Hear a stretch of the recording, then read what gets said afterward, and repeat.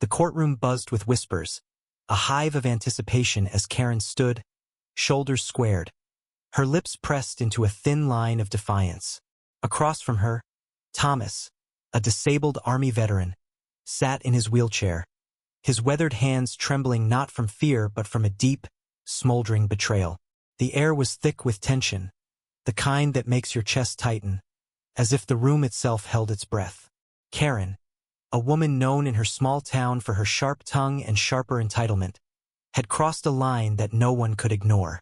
It began 6 months ago, when Thomas, a man who'd lost his leg and his piece in a desert war, started a small fundraising campaign to afford a new prosthetic.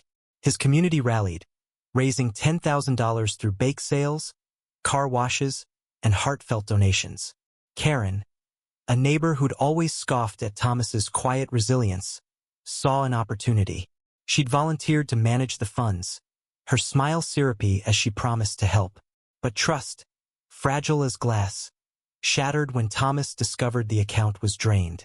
Karen had siphoned every cent, spending it on lavish dinners, a new phone, and a weekend getaway, all while Thomas struggled to afford basic mobility. The betrayal cut deeper than any wound from war. Thomas, a man who'd faced death without flinching, felt his spirit crack. He reported the theft, and the town turned on Karen. Social media erupted with outrage, labeling her a heartless Karen who preyed on a hero's vulnerability. Yet Karen, unyielding, claimed she deserved the money for her efforts. Her arrogance only fueled the community's fury, and the case landed in court, where the truth would be laid bare. In the courtroom, the judge's voice was steel. "Ms. Karen Thompson, you exploited a veteran's trust for personal gain," he said, his words slicing through her bravado.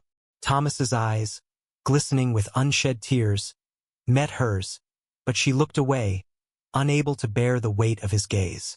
The evidence was damning. Bank statements, receipts, even Karen's own texts boasting about her windfall. The crowd murmured, their anger palpable, as Karen's excuses crumbled. She'd claimed it was a loan, then a misunderstanding, but the lies unraveled like cheap thread.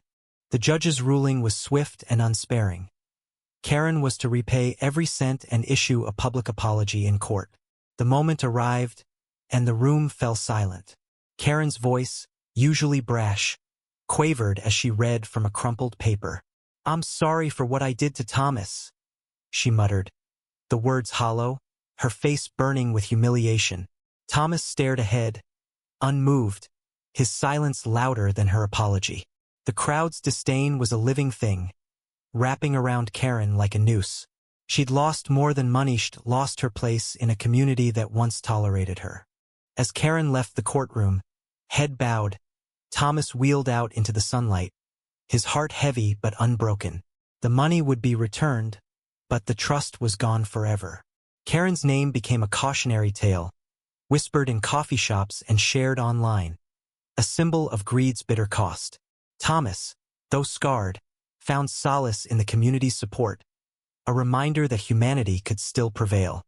What does justice mean when trust is broken beyond repair? Share your thoughts on where accountability begins and forgiveness ends.